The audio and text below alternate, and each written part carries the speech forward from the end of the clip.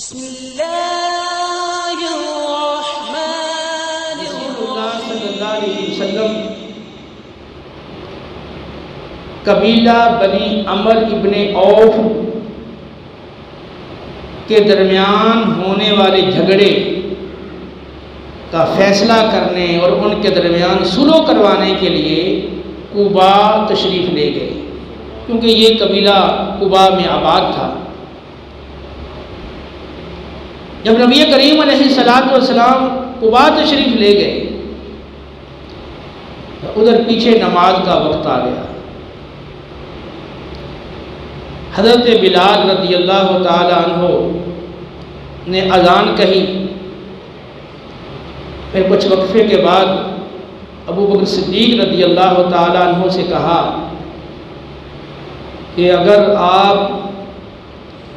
امامت کرائیں تو میں اقامت کہوں؟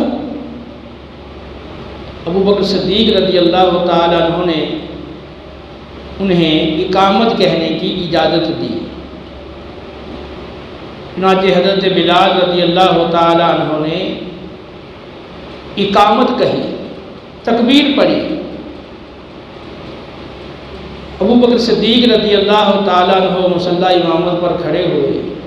تکبیر تحریمہ کہہ کر نماز شروع کر دی۔ النماز کا سلسلہ جاری تھا۔ دوران نماز رسول اللہ صلی اللہ تعالی علیہ وسلم تشریف لے آئے۔ آپ پچھلی صفوں میں داخل ہو کر آہستہ آہستہ پہلی صف میں آ کر ٹھہر گئے۔ صحابہ کرام علیہم رضوان نے ابو بکر صدیق کو متوجہ کرنے کے لیے ہاتھ پر ہاتھ مارا، یہ تصفیق اس کو کہا جاتا ہے۔ انہوں نے تصفیق کی، لیکن ابو بکر صدیق رضی اللہ تعالیٰ عنہ چونکہ انتہائی خشوع اور خضوع سے نماز پڑھا کرتے تھے اور نماز میں بالکل ذرا بھی ادھر ادھر توجہ نہیں کرتے تھے، اس لیے آپ نے ابتدا میں صحابہ کی اس تصفیق کی طرف کوئی توجہ نہیں تھی، لیکن صحابہ نے بھی مسلسل کثرت کے ساتھ تصفیق کی۔ جب کثرت سے انہوں نے ہاتھ پر ہاتھ مارا تو پھر آپ متوجہ ہوئے کہ آخر کیا وجہ ہے، یہ آواز پیچھے سے کیوں آ رہی ہے۔ جب توجہ کی تو معلوم ہوا کہ رسول اللہ صلی اللہ علیہ وسلم کی آمد ہو گئی ہے، آپ تشریف لے آئے ہیں۔ چنانچہ آپ نے مصلی امامت چھوڑنے اور پیچھے ہٹنے کا ارادہ کیا۔ رسول اللہ صلی اللہ علیہ وسلم بھی سمجھ گئے تھے کہ اب ابو بکر پیچھے آنا چاہتے ہیں،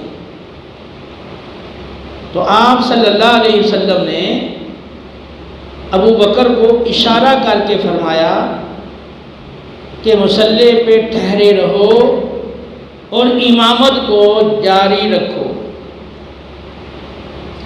اس پر ابو بکر صدیق رضی اللہ تعالی عنہ نے اللہ رب العالمین کی بارگاہ میں ہاتھ اٹھائے اور اللہ کی حمد و ثنا کی کہ رسول کریم علیہ السلام نے خود اپنی موجودگی میں مجھے حکم ارشاد فرمایا ہے کہ میں امامت جاری رکھوں، اس قدر میری عزت افزائی فرمائی ہے۔ اس پر اللہ کا شکر ادا کیا، اللہ کی حمد و ثنا کی، اور پھر مصلی چھوڑ کے فوراً پیچھے آ گئے اور صف میں آ کر کھڑے ہو گئے۔ جب مصلی خالی ہو گیا رسول اللہ صلی اللہ علیہ وسلم بالآخر مصلی پر تشریف لائے اور آپ نے صحابہ کو نماز مکمل کروائی۔ جب نماز پڑھ چکے فراغت ہوئی تو رسول اللہ صلی اللہ علیہ وسلم نے ابو بکر صدیق رضی اللہ تعالیٰ عنہ کو مخاطب کر کے کہا کہ اے ابو بکر، جب میں نے تجھے حکم دے دیا تھا کہ مصلی پہ ٹھہرے رہو، نماز کو جاری رکھو، تو پھر آخر کون سی چیز تھی جس نے تمہیں مصلی پر ٹھہرنے سے روک دیا؟ میرے کہنے کے باوجود، میرے امر کے باوجود تم مصلی پہ نہیں ٹھہرے، تو اس کی کیا وجہ تھی؟ عرض کیا یا رسول اللہ صلی اللہ تعالیٰ علیہ وسلم، ابو قحافہ کے بیٹے کی یہ ہمت نہیں ہے، یہ طاقت نہیں، یہ جرت نہیں، ابو قحافہ کے بیٹے کے ہرگز یہ لائق ہی نہیں، زیبا ہی نہیں کہ آپ کی موجودگی میں آپ کے آگے کھڑا ہو۔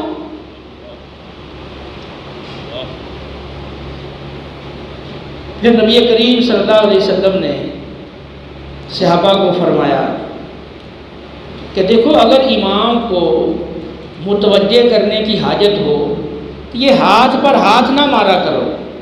یہ تو عورتوں کے لیے ہے۔ یعنی کوئی عورت اگر نماز میں شامل ہے اور اگر کسی مرد نے لقمہ نہیں دیا اور اس نے اس لقمہ دیا امام کو متوجہ کیا تو وہ ہاتھ پہ ہاتھ مار کے اس طرح متوجہ کرے گی۔ فرمایا یہ تو عورتوں کے لیے ہے، مردوں کو چاہیے کہ جب امام کو متوجہ کرنے کی حاجت ہو، امام کو کوئی غلطی وغیرہ لاحق ہو گئی ہے، متوجہ کرنے کی ضرورت ہے، تو مردوں کو چاہیے کہیں سبحان اللہ، تو مرد تسبیح کریں، تسبیح کر کے سبحان اللہ کہہ کے امام کو متوجہ کریں۔ جب امام سبحان اللہ کی آواز سنے گا تو وہ غور کرے گا، اور غور کر کے جو بھی اس کی غلطی ہوگی وہ اس کی اصلاح کر دے گا۔ آپ نے یہ پوری صحیح بخاری کی حدیث ملاحظہ فرمائی اور سماعت فرمائی ہے، اس میں آپ غور کریں کہ صحابہ کے دلوں میں نبی کریم علیہ السلام کا کس قدر ادب تھا کہ جو ہی نبی کریم علیہ السلام تشریف لائے ہیں تو مقتدی صحابہ نے ہاتھ پر ہاتھ مار کر ابو بکر صدیق کو متوجہ کرنا چاہا، لیکن جب دیکھا کہ یہ توجہ نہیں کر رہے تو پھر مسلسل زور زور سے کثرت سے انہوں نے ہاتھ پر ہاتھ مارا، تصفیق کی اور آپ کو متوجہ کیا کہ نبی کریم علیہ السلام آ گئے ہیں۔ اور پھر آپ تعظیم کرنا، آپ کا ادب کرنا، آپ دیکھیں کہ نبی کریم علیہ السلام نے حکم بھی دے دیا